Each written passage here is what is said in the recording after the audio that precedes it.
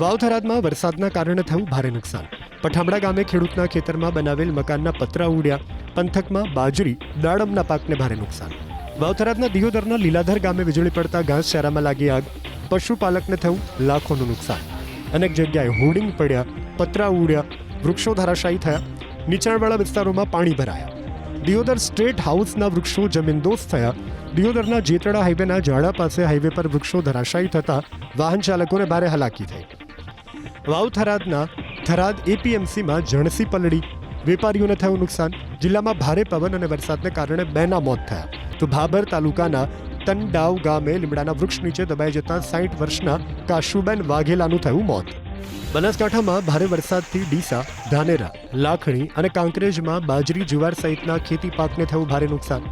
Deesa market યાર્ડમાં વેપારીઓની બેદરકારીને કારણે જણસીની બોરીઓ પલળી.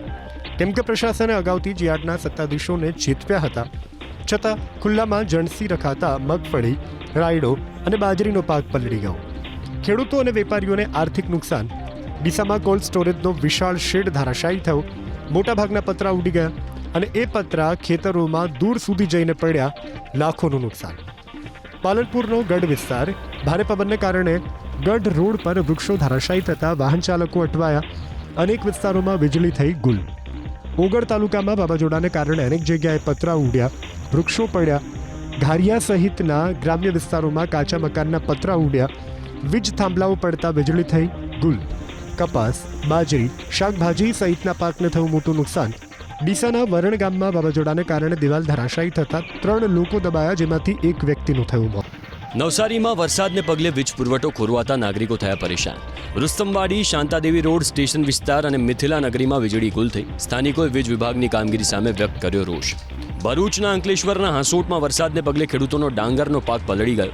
તો અંકલેશ્વરના જલારામ મંદિર નજીક વિશાળ વૃક્ષ ધરાશાયી થતા વાહન વ્યવહારને અસર થઈ. વલસાડમાં ભારે વરસાદને કારણે ઘણા વિસ્તારોમાં દુકાનના હોર્ડિંગ્સ તૂટ્યા. હાલર વિસ્તારમાં વોકવે તૂટ્યો, વાયરો પણ તૂટ્યા. સુરતમાં પણ વરસાદને પગલે અનેક વિસ્તારોમાં વીજળી થઈ ગુલ. પાંડેસરામાં આવિર્ભાવ સોસાયટી સામે વૃક્ષ ધરાશાયી થતા રિક્ષાનો કચ્ચરઘાણ બોલી ગયો. ઉધનાના ભીમનગર ગરનાળા પાસે ભરાયા ઢીંચણસમા પાણી. સુરતના કામરેજમાં કેળાના પાકને નુકસાન. ભારે પવનથી કેળાના થડ થયા જમીનદોસ્ત. ડાંગમાં અનેક જગ્યાએ વરસાદને પગલે વૃક્ષો થયા ધરાશાયી. વઘઈથી આવવા જતા પિંપરી પાસે દિશાસૂચક બોર્ડ થયું ધરાશાયી, જેને કારણે થયો ટ્રાફિક જામ. અમદાવાદમાં વેજલપુર ક્રોસિંગથી પ્રહલાદનગર પાસે 2 વૃક્ષ ધરાશાયી થયા, તો અનેક વિસ્તારોમાં પાણી ભરાયા. વાહન ચાલકો થયા પરેશાન. જોધપુરથી સુંદરવન જવાના માર્ગ પર વિશાળ વૃક્ષ ગાડી ઉપર પડતા ગાડીઓનો કચ્ચરઘાણ વળી ગયો. એક તરફનો રસ્તો સંપૂર્ણ બંધ થઈ ગયો. આ તરફ વટવા વિસ્તારના રોડમાં ભૂવો પડ્યો. રામોલ, હાથીજણ વિસ્તારમાં પણ વિશાળકાય ભૂવો પડ્યો. જાનિયા પીરના ટેકરા પાસે રોડ બેસી ગયો. અમદાવાદના વિરમગામમાં નીચાણવાળા વિસ્તારો, મોટા પરકોટા, ભરવાડી દરવાજા, રેલવે સ્ટેશન જવાના માર્ગ સહિતના વિસ્તારોમાં પાણી ભરાયા. મહીસાગરના વાલાસિનોરમાં આયોજિત શ્રીમદ ભાગવત કથાના સ્થળે પંડાલમાં વાવાઝોડાને કારણે ભારે નુકસાન થયું. આયોજકોને થઈ ગઈ દોડાદોડી. ખેડાના નડિયાદમાં ભારે વરસાદને કારણે નીચાણવાળા વિસ્તારોમાં પાણી ભરાયા. ડભાણ રોડ ઉપર ડ્રેનેજ લાઇનની કામગીરીના પગલે કલેક્ટર કચેરીના ગેટ પાસે ભૂવા પડ્યા. છોટાઉદેપુરમાં વરસાદને કારણે કેળની ખેતીને થયું નુકસાન. કેળ જમીનદોસ્ત થતા બોડેલી, જબુ ગામ, તાંદલજા વિસ્તારના ખેડૂતોને આવ્યો રડવાનો વારો.